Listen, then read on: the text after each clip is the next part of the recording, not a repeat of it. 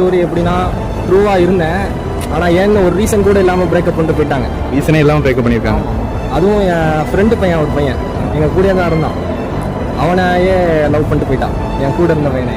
என்ன சொன்னாங்க லாஸ்ட்டாக அவங்களுக்கு ரீசன் அந்த மாதிரி நீங்கள் கேட்டிங்களா, இல்லைனா வேணாம் அந்த மாதிரி அவங்க என்கிட்ட என்ன சொன்னாங்கன்னா வீட்டில் ஒத்துக்க மாட்டாங்க. முதல்ல எங்கள் 2 பேர் வீட்டுக்கு தெரியும்.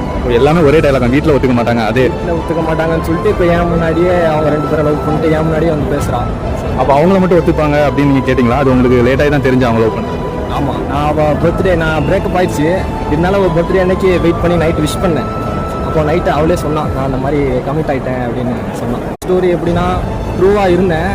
ஆனால் ஏன்னு ஒரு ரீசன் கூட இல்லாமல் பிரேக்கப் பண்ணிட்டு போயிட்டாங்க. ரீசனே இல்லாமல் பிரேக்கப் பண்ணியிருக்காங்க. அதுவும் என் ஃப்ரெண்டு பையன், ஒரு பையன் எங்கள் கூட தான் இருந்தான். அவனையே லவ் பண்ணிட்டு போயிட்டான், என் கூட இருந்த பையனை. என்ன சொன்னாங்க லாஸ்ட்டாக அவங்களுக்கு ரீசன் அந்த மாதிரி நீங்கள் கேட்டிங்களா, இல்லைனா வேணாம் அந்த மாதிரி அவங்க என்கிட்ட என்ன சொன்னாங்கன்னா வீட்டில் ஒத்துக்க மாட்டாங்க. முதல்ல எங்கள் 2 பேர் வீட்டுக்கு தெரியும். எல்லாமே ஒரே டைலாக், வீட்டில் ஒத்துக்க மாட்டாங்க. அதே வீட்டில் ஒத்துக்க மாட்டாங்கன்னு சொல்லிட்டு இப்போ என் முன்னாடியே அவங்க 2 பேரை லவ் பண்ணிட்டு என் முன்னாடியே வந்து பேசுகிறான்.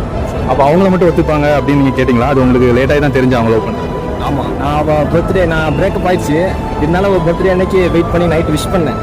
அப்போ நைட்டு அவளே சொன்னான், நான் அந்த மாதிரி கமிட் ஆகிட்டேன் அப்படின்னு சொன்னான்.